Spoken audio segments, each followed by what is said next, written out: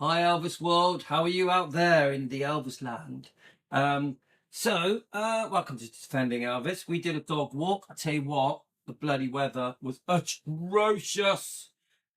We basically discussed the theme of this topic on this video. I was going to go live, but there's too much. There's too much going on in the house. So Tino's behind me. Yeah, I did as I was told. I got myself a crying, walking, sleeping, living dog. Right, 6, 7. Right, Tina does keep saying rude words. So the wife said, get chicken, get steak, get salad, get halloumi, get pita breads, get some packed lunch stuff for the kids. I got it. The wife said, don't forget to get kids from school. I remembered. The wife said, walk the dog. I did it. And I did a live. In fact, I've done 3 videos today already. So 1 live, 2 videos. This is actually my 4th. Yes, as Sarge keeps telling me, there's no stopping me. There's no stopping me. So guys, the topic is why did Elvis feel physically sick because of the movies? Physically sick. This is the discussion. Now, I do have the video where he says it. Problem is, I don't remember the point at which he says it. So I'm going to see if I can try and find it quickly. If I can't, I've been speaking to AI and I've been doing some research. We're going to try and analyze what happened. This is what we were discussing on the live dog walk. What happened? What happened with Elvis? Like, his career is going amazing in the mid 50s. Everyone loves everything Elvis does. Okay, so he's all over the world, every country, massive hits. The movies are all great, massive hits. Obviously, Jailhouse Rock, King Creole are amazing. King Creole had to be finished. So, there was a delay in him being drafted so that he could go and finish filming King Creole, or at least film King Creole. I'm pretty sure Anita Wood visited him on set. What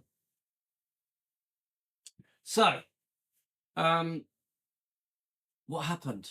Why did we have this very long period? Elvis goes into the movie years, the 60s, yeah? So we were trying to discuss it on the dog walk. Now, I'm not an expert, I'm not a researcher. We were just having an open discussion. We know Elvis comes back after a brief friendship with Priscilla. I think the friendship with Priscilla was in Bad Newheim was more brief than people realise. They imagine that Priscilla Bulow was with Elvis every day for 6 months. I don't think so. He saw other girls as well, and he had his friends and family staying with him. We know Dodger and Vernon, and it was a small house. So come on, guys, only so much can go on. Elvis, an old-fashioned Christian man from some Mississippi Tupelo with a very good upbringing from Gladys and Vernon. Yeah, Elvis was excited and super famous and was loving life away from home. Probably missed home, definitely missed his beautiful mum who he'd lost during basic training. So I think the whole thing with the relationship or the friendship of Priscilla Bulow in Germany has been made more of than it actually is. But that's just an opinion. Now, don't get me wrong, it's obvious he liked her. It's obvious.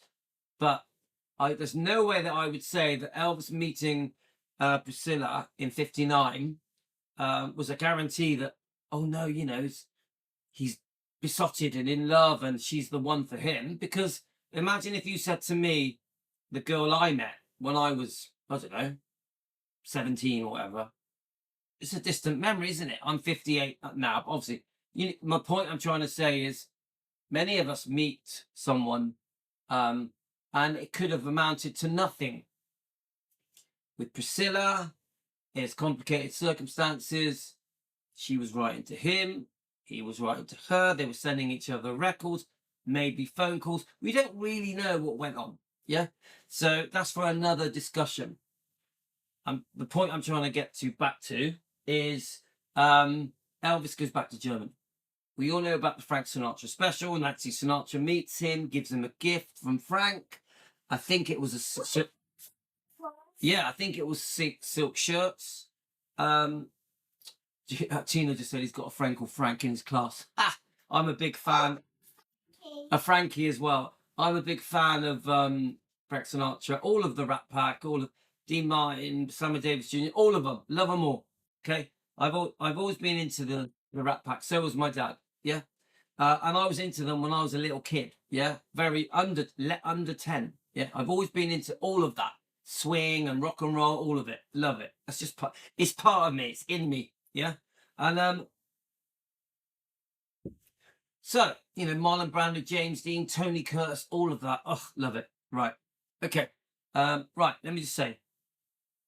So the Frank Sinatra show is obviously a big hit. Elvis really does his thing, proves how amazing he is. Sean at Sundowners did a little clip for us and a discussion for us showing that Elvis in that show, he's a bit shy, he's a bit awkward at first. As soon as he starts doing that, shaking his, moving his legs, he within minutes Elvis is back. Yeah. So Elvis's confidence returned. So in the 60s, he's 6'7". In the 60s, he's finding his feet. His whole life has been planned out for him. Now, let me just say this. Elvis was involved, heavily involved with decisions that the Colonel made. Elvis was a strong-minded man. Yeah, very hard to force Elvis into anything. But I will add this: when we say that, look at what happened with the marriage with Elvis and Priscilla. There are concerns. Elvis had his arm twisted. Elvis almost pushed into the marriage, but also Elvis's own moral compass, where he had allegedly made promises to Priscilla that he felt he had to fulfill. So people say Elvis can't be forced to do people say Elvis can't be forced to do anything. Maybe. But the marriage with Priscilla, don't know. Yeah, put it in the comments. What do you think? Was Elvis forced into it? But the topic is still about the movies and the new plan. There was a new phase planned for Elvis because of Elvis's wishes. Elvis wanted to be a movie star. He took it very seriously. We all know how seriously he took the first 3 movies he made: Love Me Tender, Jailhouse Rock, King Creole. He learned his own lines, everyone else's lines. He turned on time, eager and keen to please, to do well, to do his best. He did look up to people like James Dean, Marlon Brando, people like that. Elvis really wanted to be a serious, dramatic actor that had credibility. Yeah, meant everything to him. This is one of the biggest things Elvis worried about whilst serving his country. Colonel Tom Parker is fully aware Elvis wants to be a respected actor in respected movies. Now, Colonel Tom Parker being a businessman, the one thing we can say about Colonel Tom Parker, he knew how to make money, how to strike an amazing deal, the best deal ever. Every time Colonel Tom Parker did a deal, whether it was a movie or a contract or records, whatever, he got the best deal. He was excellent at it. You can't take that away from him. Also, Colonel Tom Parker did open doors, but it wasn't that hard for Colonel Tom Parker to open these doors because he had Elvis. It's like someone yesterday said to me, you know, the way Elvis, someone who I respect, Dan, yeah, said to me yesterday, and I completely agree with him if we were talking about anyone except Elvis. Let me just turn that heating off, it's too hot. So Dan's comment was very smart. Dan basically said Colonel Tom Parker had the thing about him where he would try to make Elvis not easily accessible. So no TV appearances unless he was paid. Just everything about Elvis. Once Colonel Tom Parker got stuck in, he didn't want him doing anything for free. Interviews and no on-calls, I think, was mentioned. It was like he wanted Elvis to be really sought after, right? raved after, so he could charge the highest premium. And Dan, I think, was saying, well, because of that, people wanted him more. Yeah. Now, anyone else, I would say, yep, it's a good strategy. Hold back, increase the price. It's a business strategy, but not with Elvis. I actually think people never could get too much of Elvis. I'm on about when he was at the peak. Yeah. People could never get too much of Elvis. I actually think if Elvis did more interviews and more movies and more anything, concerts, TV appearances, you name it, tabloids, whatever, merchandise, whatever, he was always going to be in massive demand and always be able to demand Colonel Tom Parker a premium on anything, contracts, records, you name it, any deals. He just was that amazing, just stood out from everyone else. So I do agree with Dan, the strategy that he discusses, but not with Elvis. With Elvis, different rules. That was my point. So the Colonel knows what Elvis wants. Elvis wants to be a movie star. Elvis still wants to, record songs. And of course, now this is where I think things get complicated. So G.I. Blues comes out. Massive success. One of the biggest films Elvis made. A perfect movie for someone coming out of the army. Look how amazing he looked in his uniform. I really enjoyed the film. Juliet Prowse, bit of a connection with Frank Sinatra there. I think they may have been together or engaged at some point. Juliet Prowse was amazing, stunning. Even rumours that Elvis liked her, but I don't know. I'm just chatting. I'm just waffling, yeah? G.I. Blues is a massive success. That sets the beginning of the formula of the romance, the beautiful woman, obviously Elvis, a heartthrob, a single man, chasing, and then you get the girl movies, the beach movies, you get the sort of romantic movies. Now, Elvis, Colonel Tom Parker, demanded the highest fee. They say $1 million a movie, plus he got a percentage of the profits. It was the highest paid actor in history. Okay? Amazing. Elvis probably loved it. This is what I heard. This by listening to some of the Memphis Mafia interviews. Elvis at first, when he was doing these movies, loved it. Was having the time of his life. The movies were fun. Girls, the Memphis Mafia, even his friends, the Memphis Mafia and bodyguards could get involved in the movies, play bit roles. Yeah, people like Red West and Sonny and that were having little bit roles. So it was just fun. It was a lot of fun. It was hard work. Sorry, Tina's so let me just say, at first it was a bit of fun. This is how I see it. 61, 2, 3, maybe even 4. But I do think there comes a point. So we've got these contracts that are signed for years ahead. I don't exactly know how many years ahead, but my guess, it was right till 1969. Yeah. So, it's funny because some people have been saying to me there was the mafia connections. There was a mafia connection. Yeah. So anyway, that's just a sidetrack. Yeah. So this is the point. There comes a point where Elvis is like, this ain't what I planned. This isn't how I saw the future of my movie career. But also, the whole of the 60s, music scene was exploding around the world. Obviously, massive British invasion as well. We have the Beatles and many others, the Rolling Stones, many others, right? Elvis seems to have been left standing. So at first, Elvis's movies were a massive success all through the early 60s. The perfect movie to take your partner to if you're dating, etc. Yeah? Family-friendly movies, okay? So Elvis becomes disenchanted and unhappy about the movies. He's fed up with the scripts. The scripts seem repetitive. Elvis isn't happy with the type of music that is being churned out for these movies. Alongside the movies is the records, the albums, which are also selling in the millions. So from a financial point of view, it's great. Win-win for everyone, except for Elvis's creative talent. His ability is being squashed. Elvis had the ability to be the best actor, to do the best songs, and it was being hindered by cheesy songs, cheesy movies. Now, I just want to clear one thing up, guys. I, as an Elvis fan, especially in hindsight, absolutely love all the movies.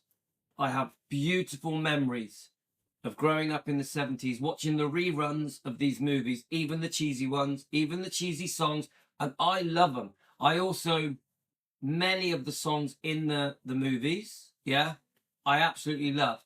But Elvis, in the 1970s, when he's being interviewed, doesn't feel that way. You know, as fans of Elvis for 40, 50, 60 years, we look back on all of it with fond memories, rose-tinted and fond memories.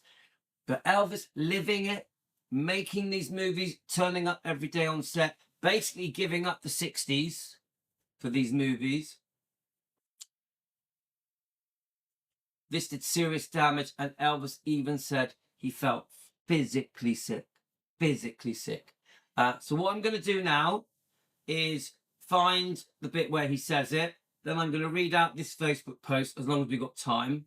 And we're going to try and understand why Elvis was so unhappy with this period in his life. Yeah. Now, don't forget, eventually, round the corner, we have the 68 comeback, which is phenomenal. We have the 69 Vegas comeback, but we also have to throw in the mix a failing marriage with Priscilla, who was unfaithful with the dance instructor. So there's a lot going on here. Okay. So I'm just going to pause this. I'm going to find that clip. And like magic, I'll do that. Hopefully you'll hear Elvis discussing it. We're back. Right, let's press play. I found it. I think this is the spot. If it's not, I'll have to stop and start again. Let's go. Yeah, I Love Me Tender, Loving You, Jailhouse Rock, and King Creole. Now you grow up looking at movies, and wherever you happen to go to movies, and you see these heroes up on screen. Suddenly you're going to Hollywood. You're going to get to be one of them. What happened when you came to Hollywood? So this is crucial, guys. Well, by that time, I wasn't thinking along those lines. I didn't associate myself as being that. I was busy with a script. I had to memorize script. And I keep saying this, guys. Making those movies was bloody hard work. It changed a lot of those things. It was a lot of work.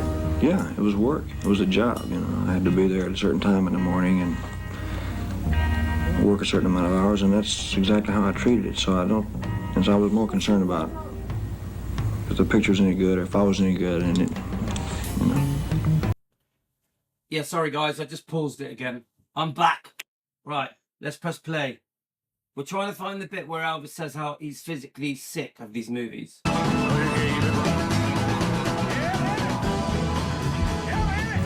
You had already made movies. I had 4 movies. Yeah. I didn't realize that. Yeah. I Love Me Tender, Loving You, Jailhouse Rock, and King Creole. Now you grow up looking at movies, and wherever you happen to go to movies, and you see these heroes up on screen. Suddenly you're going to Hollywood. You're going to get to be one of them. What happened? So this was like a dream come true. Elvis finally going to be a movie star. The contracts are signed. He was excited. He never knew that these movies were going to spiral downwards. At first, it all seemed to be going really well. Elvis was going to be the next Brando, the next James Dean. So let's hear what happened. When you came to Hollywood? Well, by that time, I wasn't thinking along those lines. I didn't associate myself as being that. I was busy with a script. I had to memorize script. It changed a lot of those things. It was a lot of work. Yeah, it was work. It was a job, I had to be there at a certain time in the morning and work a certain amount of hours, and that's exactly how I treated it. So since I was more concerned about if the picture's any good or if I was any good, and So he took it seriously, guys. Elvis wanted to be a movie star. That was his next big thing. So a lot of action movies, we were driving a car. yeah. Yeah, a lot of people, there's like 32 movies that have gone through it one time or another. A lot of people I've heard say, oh, he doesn't give a shit, about his movies. He makes all those movies and they just kind of grind them out. I think I've heard the same criticism. I remember we were talking about Robert Hilbert. Like I don't know what he was looking at. He says, Elvis, we know different. That's one of the things we want to accomplish in this film. So this guy, he's digging a bit, and he's like, I think he's got Elvis feeling quite relaxed. Elvis, I think there's a point where Elvis goes, I'm going to tell him how I felt. He really cares about Oh, when he sure. goes on stage. He really cares about the movies, good or bad. The point is that you care about those films. You care if they're not good. Yeah, But here we go, guys. I cared so much until I became physically ill. I would be I'm going to rewind that bit. This is what I've been looking for. concerned about if the picture's any good or if I was any good, and So a lot of action movies, we were driving a car. So this is a bit of a scoop for this guy. I don't know who the guy is. You tell me, put it in the comments. But for Elvis to say this, I think this guy gained Elvis's trust.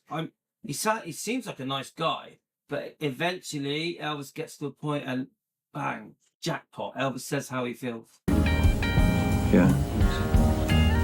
Yeah, a lot of people, there's like 32 movies that have gone through it one time or another. A lot of people I've heard say, oh, he doesn't give a shit, about his movies. He makes all those movies and they just kind of grind them out.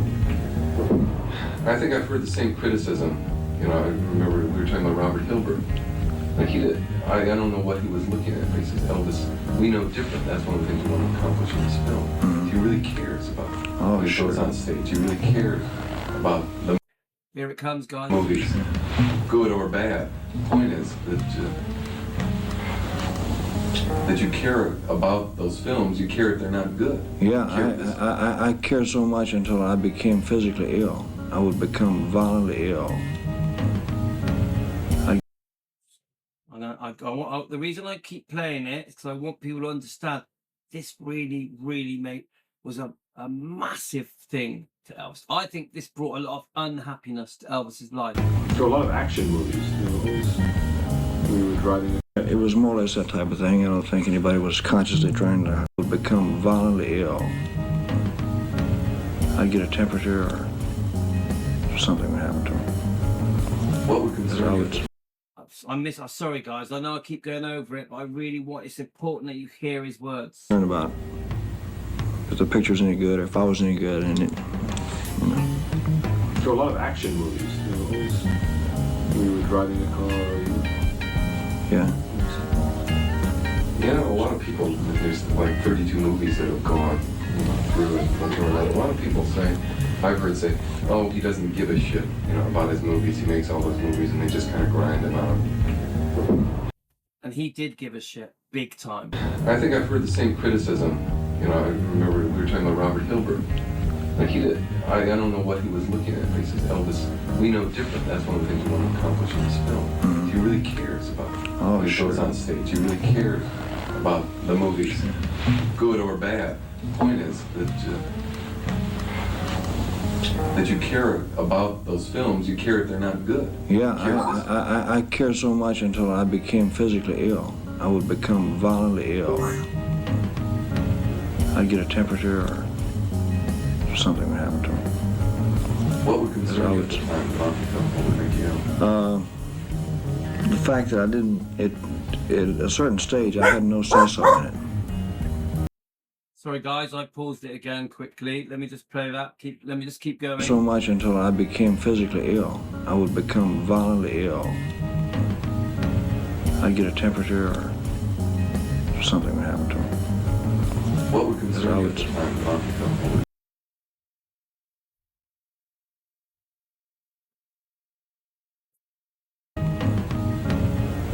temperature or something would happen to him. What would concern you at the time about the film? What would make you ill? The fact that I didn't, at a certain stage, I had no say-so in it. See, Elvis's voice, at a certain stage, I had no say-so. He says, I didn't have final approval. So I know someone in the comments said Elvis was never forced to do anything he didn't want to do because he was such a strong man. But yes, he was, if you go through the back door, if it's unexpected. Elvis didn't realize it was going to go this way. Elvis felt that he would be able to decide the scripts, the type of movies, the type of songs, how, you know, his artistic ability, and his talent as an actor. But no.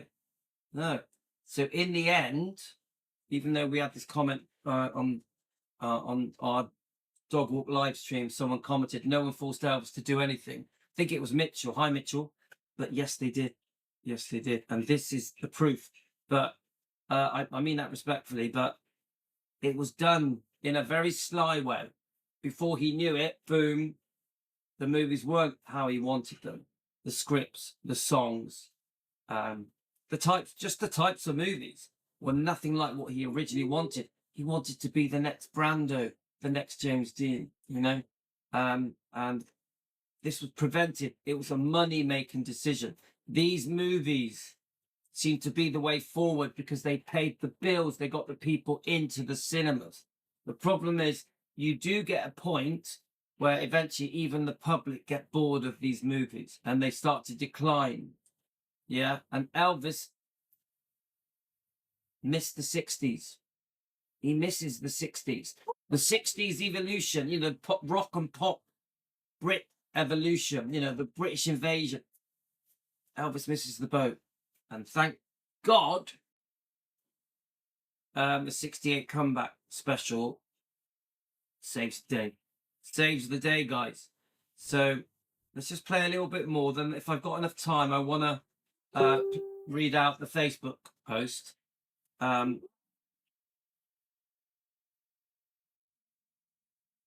Back again. I keep pausing, guys, because you're not seeing it because I'm pausing. But right, the wife has just come and got the kids and gone. Let's carry on. I didn't have final approval of the script, which means that I couldn't say this is not good for me, or In other words, they just used you. They did anything they wanted to do. it was that. So he could not say this is not good for me. Yeah, Elvis. I don't like, you know, this. Obviously, we love Elvis. Our heart breaks and yearns for what he went through. Someone, Betsy, has just read me a beautiful comment. I'm going to read it out. Betsy, I just read this one. I paused it. What was it? So before I read this, I just want to say, you know, we've just heard Elvis say how difficult it was for him as we get nearer into the mid-60s to do these movies. Yeah, honestly, I think Elvis went through hell, but it's from the perspective of Louis, the child in the 70s, watching his movies, and I loved all of them, and they gave me a massive escape from a very difficult childhood. Yeah. Also, I had a lot of happiness as well, guys. I knew my father loved me, but the problem is, how can I explain it? The 60s and 70s were different, guys. A father was proud. A father felt that, you know, slapping the wife, slapping the kids, was a good father. Yeah. I've never hit my wife. I've never hit my kids. But in the 60s and 70s, it was different. So my way of trying to get my mind away from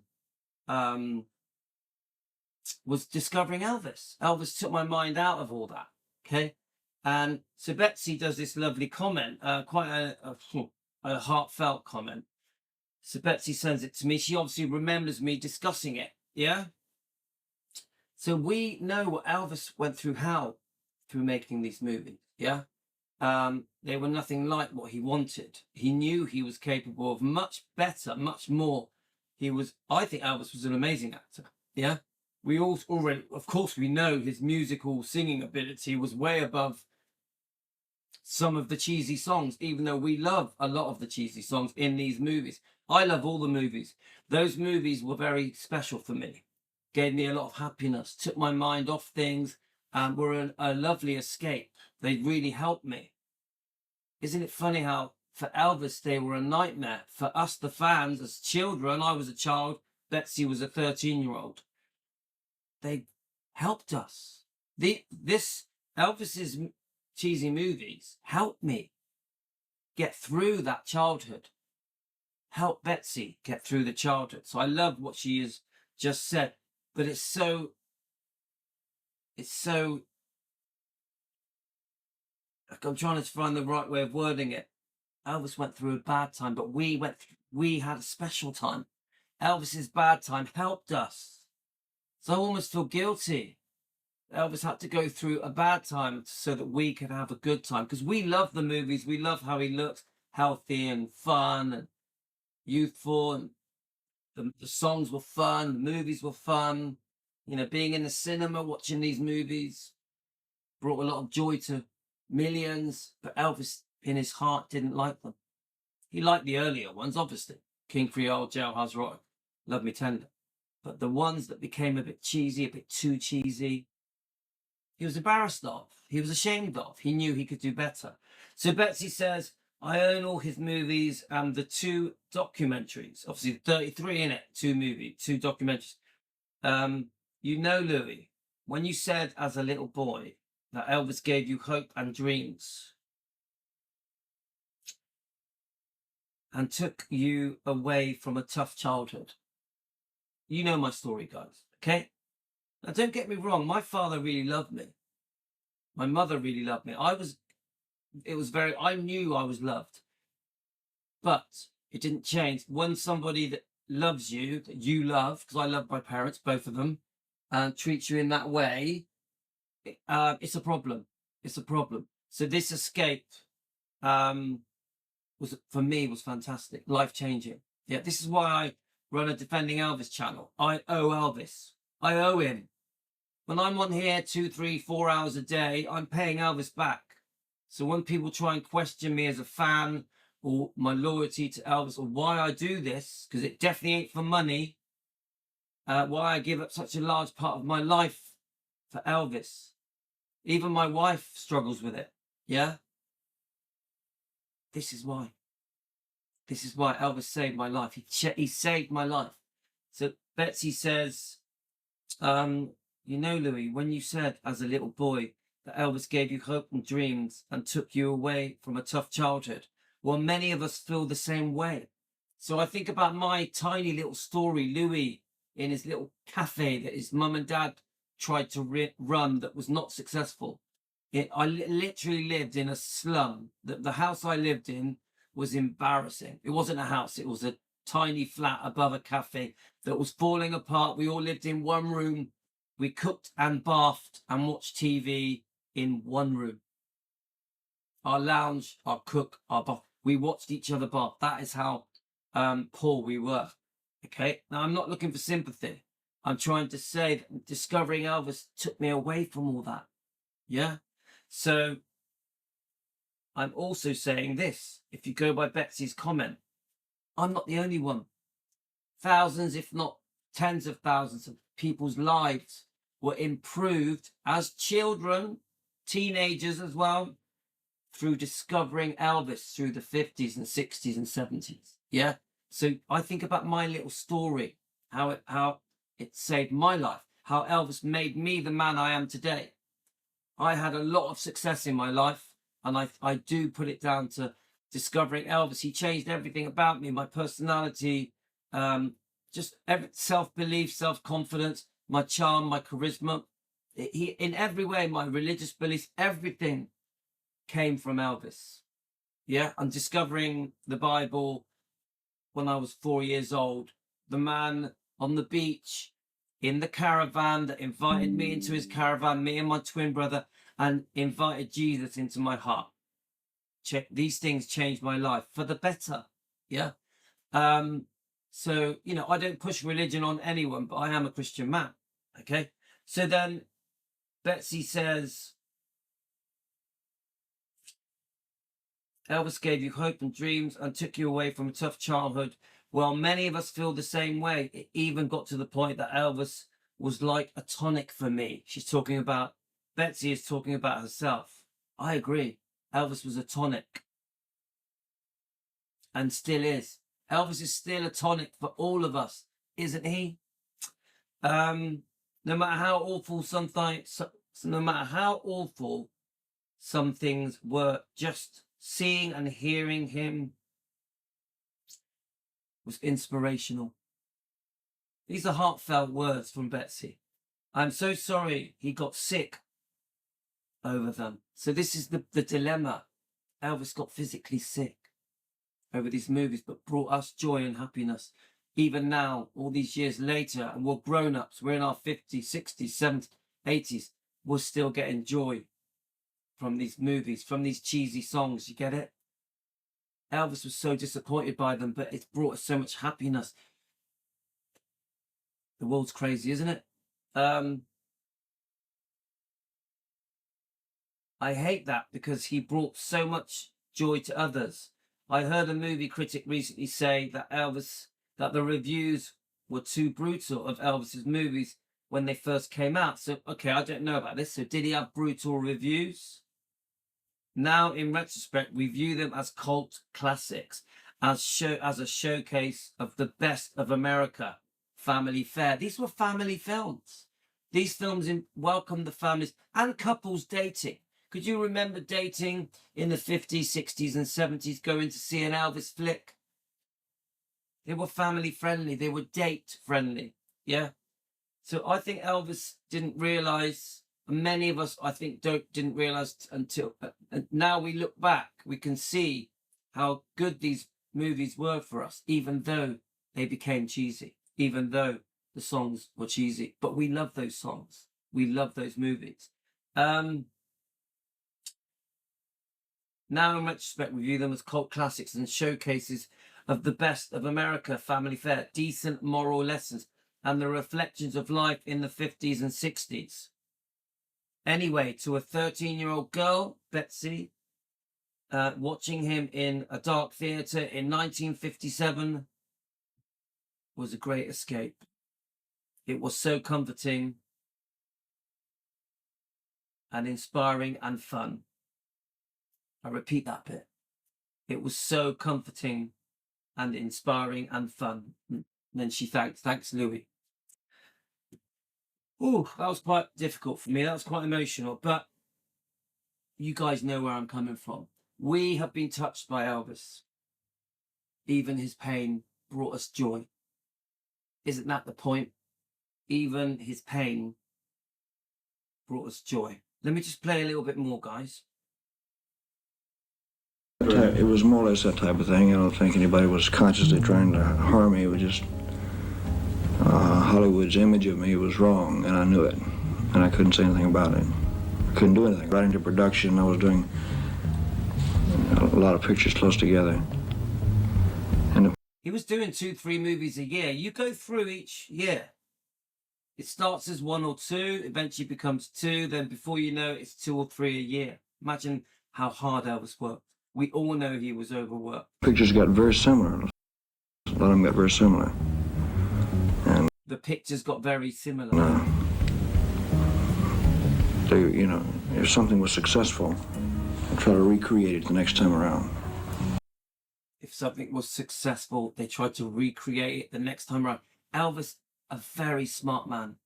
He knew exactly what was happening, but he felt he had lost control and he had no say in it.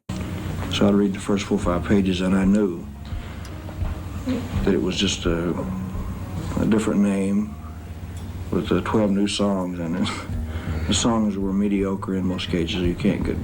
But we love them. This is the thing. Yes, different name, different, the script was more or less the same. The songs were mediocre, but we loved them. And those movies changed our life. If only, I wish Elvis knew this. I wish I could get the phone and phone up Elvis and say, those movies changed my life. Those movies changed millions of people's lives, including children, teenagers. So they did do good. These movies did do good. They changed the world. Good son. So that's what might have made it seem like the indifference, you know. But I was never indifferent. I was so concerned until that's all I talked about. It worried me sick, you know. Do you hear that? It upset him so much he couldn't not talk about it. It was constant. It worried him sick. And we've heard this from many different people, haven't we? There's many people I've heard discuss, even Priscilla, the Memphis Mafia, people like Jerry, Joe Esposito, Charlie Hodge. They all discussed how these movies made him so sad. Yeah, he couldn't stop talking about it. So I had to change it, which I did. You know, I had to change it around. Yeah, on the tour, I was obligated in like 4 years in advance. 4 years in advance, guys. Shocking. So can you imagine being Elvis and going, for the next 4 years, I've got to do something I hate doing. I can't have my creative ability. I just have to do as I'm told because of these contracts. You're not going to remember things like the great dance sequence in Jailhouse Rock. When Jerry told me you choreographed it, you know, your thing yourself. That's a beautiful sequence. Now, he's talking about how amazing Jailhouse Rock was, but he liked that movie. That was an amazing film. So this is when we're discussing the good stuff that Elvis approved of. Elvis choreographed the movie. How did that come about? I mean, how did you get that kind of control? I just did it, and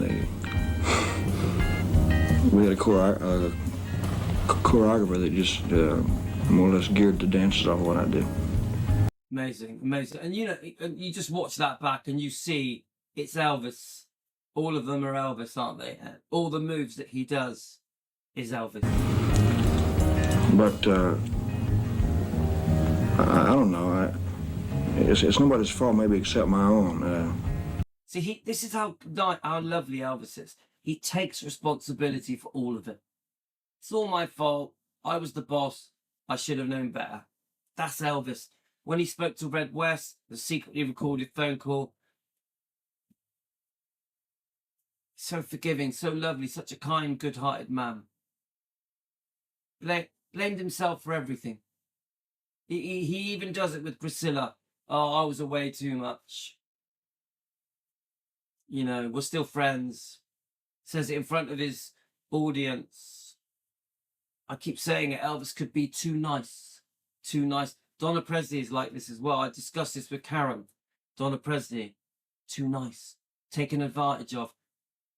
Elvis always blaming himself when a lot of the times it was not his fault. I would say most of the time things were not Elvis's fault. Even the marriage, everything is blamed on Elvis. When we know, if you do some basic research, many of the things that went wrong with that marriage was Priscilla and even her unfaithfulness when Lisa Marie was just a baby. I didn't know what to do. I just felt I was obligated very heavily to, a lot of times, to things that I didn't fully believe in. Do you hear that? Obligated to do things that I didn't fully believe in. Says it all. And that was very difficult, you know. that's the feeling I got. Well, the difference was this, I think. Turn it probably quick. No. No, you agree, Jay. Was Elvis's contracts were made up before the scripts. In other words, So Joe Esposito. when people do pictures, they do it by a script. They say, yeah, I can do this script. Then they do the picture. But Elvis was contracted to do pictures, so he had to do a picture no matter what they told him to do. Yeah, you got Yeah, so he had signed the contract to do the picture, then saw the script. I see that. It was the wrong way round. 5 pictures to do or You whatever. say, you got, you do this script. That's what Before you signed a contract. That's what I'm saying. The movies were made, like, I mean, the contracts were signed like 4 years in For 11 advance. pictures, 7 pictures, no matter what picture. So I had thought That's the difference. that they would try to get a new property for me or give me a chance to show some kind of acting ability or do a very Which they did not. interesting story. But it did not change. I'm going to play that bit again, that little bit. It's too important. They do it by a script. They say, yeah, I can do this script. Then they do the picture. But Elvis was contracted to do pictures, so he had to do a picture no matter what they told him to do. Yeah, you got 5 pictures to do. Or You whatever. say, you got, you do this script. That's what Or you sign a contract. That's what I'm saying. The movies were made, like, I mean, the contracts were signed like 4 years in For 11 advance. pictures, 7 pictures, no matter what picture. So I had thought That's the difference. that they would try to get a new property for me or give me a chance to show some kind of acting ability or do a very interesting story. But it did not change. It did not change. And so I became very discouraged. It's so sad when you really listen to this part. Doesn't that sum up so much of Elvis's life? So many things in Elvis's life happened that were not his fault, that were out of his control, and that includes Priscilla's behavior. It even includes the Memphis Mafia's behavior after he passed and just before he passed. There's so many things where Elvis trusted people and they just did things that he could do nothing about. Even friends and family betrayed Elvis when he wasn't alive, where he couldn't defend himself, stand up for himself, and just jump in and say, that's not true. Why are you doing that? This is supposed to be private. Even ex-girlfriends recently, we've discussed things are being said by ex-girlfriends that there's no need to say, and it may have been altered, may not be true. So much. There's so much where Elvis has had no control over, and he has been the victim. I keep saying this again and again. Elvis was a victim. This is here, all of this I'm hearing now, with the movie contracts and the way that the contracts were signed for years ahead before Elvis would even see the scripts. Elvis is a victim of this. He was stifled. Elvis couldn't be Elvis. I think this is why the 68 comeback was so successful. They couldn't have paid me no amount of money in the world to make me feel any self-satisfaction inside. And that is so big. They couldn't pay me any amount of money in the world to make me feel self-satisfaction inside. Ugh. Heartbreaking. They couldn't have paid me no amount of money in the world to make me feel any self-satisfaction inside. But yet you still did them. You must have forced yourself. I had to. See, I struggle with that. I struggle. Honestly, that brings me to tears. I'm nearly in tears. I struggle with that section, guys. What kind of film would you have liked to have been if you would have had your choice? That's hard to say. I would like to have had something that was more challenging instead of Hollywood's image of what they thought I was. Brilliant. This is what Elvis always wanted from the beginning. You could have spoke to Elvis in 1955. I want something challenging. The next James Dean, the next Marlon Brando. Now he was talking in the 60s. I mean, he's looking back to the 60s. I would say Elvis wanted this in 56. Give me something that stretches me, that brings out the best in me. Push me. Because I know I can do it. I'm capable.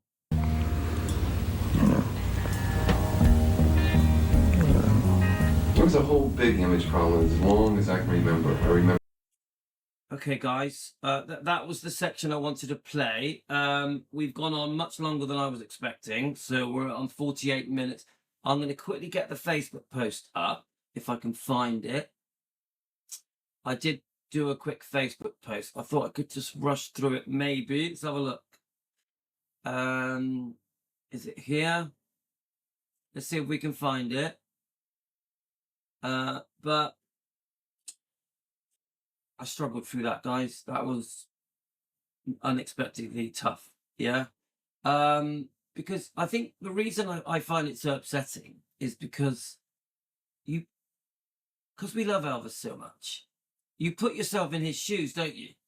You sort of imagine you're in that position. You're tied into those contracts. You are the one that feels physically sick, stifled, a victim of circumstance. So let me just see if you can see this. So I did two things. I put it into AI, see what it said, and I also did a Facebook post. So they're very similar. So I'm just going to skim through them because we don't have long. Okay. So when Elvis arrived in Hollywood in '56, he genuinely had an optimistic, promising outlook. Love Me Tender was great. Jailhouse Rock was great. King Creole was great. Love Me Tender is free on YouTube, guys. Come on, we can all say that Elvis gave those movies 100%. For me, King Creole is one of my favourite, but I love Jailhouse Rock. There was nothing cheesy about them. Elvis clearly showed his ability. Dramatic and gritty. Perfect. The start was great. So King Creole was originally based on Danny Fisher and was initially intended for James Dean. We know about this. There was a horrible car crash. And then they reworked the role for Elvis, which was a perfect fit. You know, God rest James Dean. James Dean, I love James Dean. Always have. Okay. I'm a big fan. I even have the red jacket. I love James Dean. I think we all do. Rebel Without a Cause is one of my favourite films. I can watch it again and again. Love it. It brings in the rock and roll. Just the whole thing is amazing. That edgy rock and roll. So then, so this is how Elvis saw his future. When he's in the army in 1959-60, waiting to come back to America, he's imagining this movie career. Elvis wanted to be a movie star, a gritty, tough movie star, a dramatic movie star. Elvis thought it was, yeah, the Colonel will do the deal, get me the best deal. The Colonel Tom Parker did do a fantastic deal, the highest paid actor ever per movie. He even got royalties, which is unheard of. Okay, so it all seemed to be going great.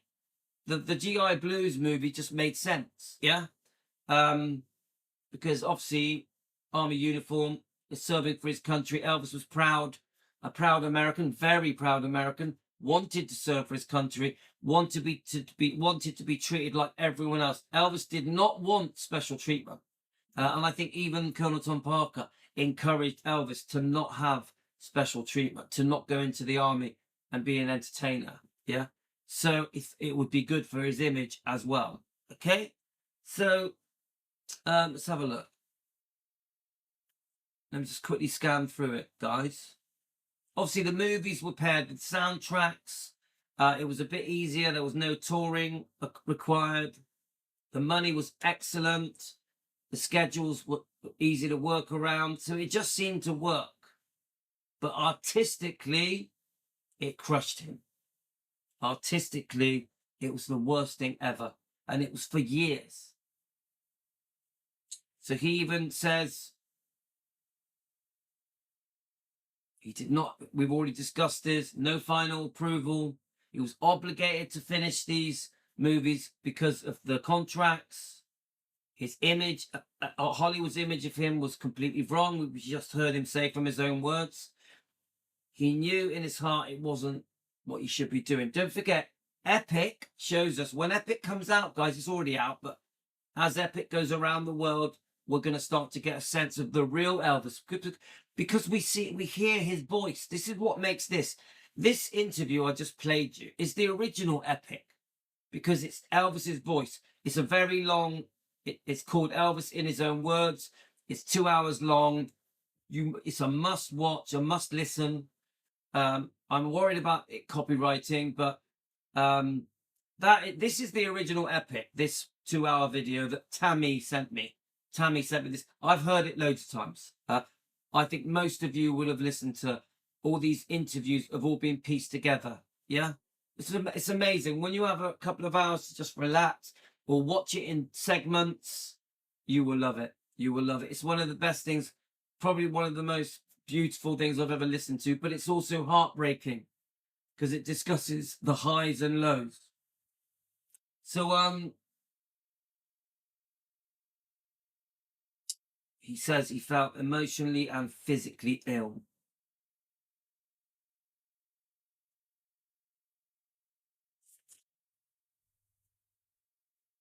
So it says it mentions Jerry Schilling said that the scripts threw him across the room. Elvis would throw the scripts across the room and flat out refused to do it.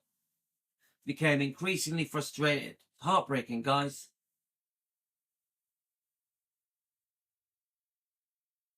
So Elvis was starting to outgrow Colonel Tom Parker. We've all heard that there were many times when Elvis tried to get rid of Colonel Tom Parker. So it's a complicated set of circumstances. I think Colonel Tom Parker is to blame, but there's many reasons, many other external things going on, isn't there? Contracts, Elvis giving the impression that he would be doing the right movie roles. I just think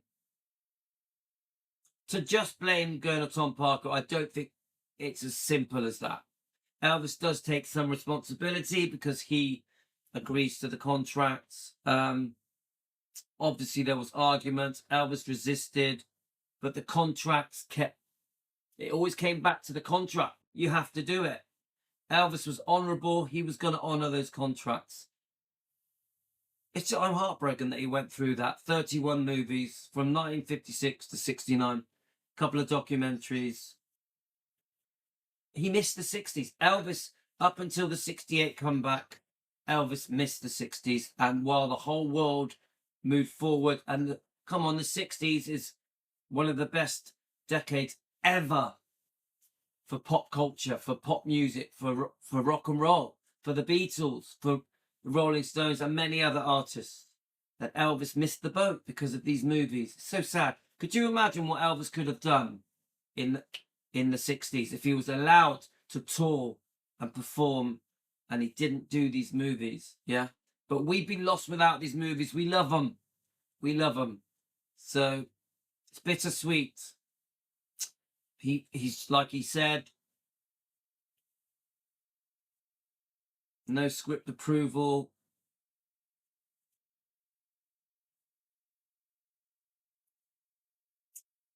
He went along with it because early promises had been made. Elvis never wanted to be a cheesy movie star. The frustration was disappointment and the physical stress. And this is why the importance of the 68 comeback. Don't forget there was a 69 comeback at Vegas as well. So Elvis comes back. Yeah, he's better than ever. Elvis becomes the most famous man on the planet again. He's at the top of his game in 68 and 69. And I'm so happy that he had that. Elvis had that. 1970, 71, 72, 73, we have Aloha. Elvis proved himself again and again and again. But he never quite got that movie role, did he? We've heard about A Star Is Born and other roles that he was offered. That is probably the biggest disappointment. I wonder if Elvis, if he had got that special movie role, like A Star Is Born and other movie opportunities, he was offered things, wasn't he? I wonder if that would have changed the course of Elvis's life. I wonder if Elvis, given the right, taking the right opportunities, would have put him back on the right track. And if he would not have died, I wonder if Elvis, his frustrations in the end were part of the reason he died so young. So young. So sad. All of it. I was close to tears back then, guys. We love him, don't we? I think Elvis had a lot of unhappiness as well as a lot of happiness, didn't he? He suffered for us. He suffered for his fans. I see that. But he did fight his way back for the 68 comeback special, bearing in mind what Priscilla had put him through. Yeah? She was seriously unfaithful within a year of the marriage, and she's admitted it in her. She's admitted it. Okay, guys, I wanted to give you a feel of how Elvis felt in his heart through the movie years. I do think Elvis had some happiness at first with the first 3 movies. I also think when he made GI Blues, and there was, the first 3 or 4 movies, I think Elvis was probably loving it, having a great time. Even the Memphis Mafia, I've heard them say the first 3 or 4 years in the 60s, he loved it. Then everything changed. As soon as Elvis realised, oh, this isn't going to be the movie career I want for myself. I'm worth so much more. I deserve so much better. I'm capable of so much more. Because Elvis was capable of being the best movie star. He was. And he should have been. And Elvis, given them the right movie roles, would have won Oscars. Guaranteed. Okay, guys. Pretty heartfelt 1 hour. Hope you enjoy it. I'm going to upload it. I'm going to join you in the comments. And we can all have a few tears together, yeah? Love you guys. Team Elvis, you rock. This is very special, okay? And that, just so you know, guys, I just want to show it you, see if I can find it. It was Tammy that sent it me. And you've all heard of it. Many of you have watched it. I just want to show you it. It is called... There, I'm not sure how well you can see that. Elvis in his own words. Let me just see if you can see it. I'll make it bigger for you guys. There we go. Elvis in his own words on YouTube. Okay, guys, and Tammy, thank you for sending it me. Team Elvis, love you. You rock. Take care. We'll be back tomorrow morning, but I will join you in the comments. Tonight we're having chicken, Greek salad, halloumi, pita bread. I think that's it. Oh, steak. Yeah. So we're pretty healthy tonight, guys. Louis the cook again. Aurora's out with the kids. They're at football and dancing. Love you guys. Take care.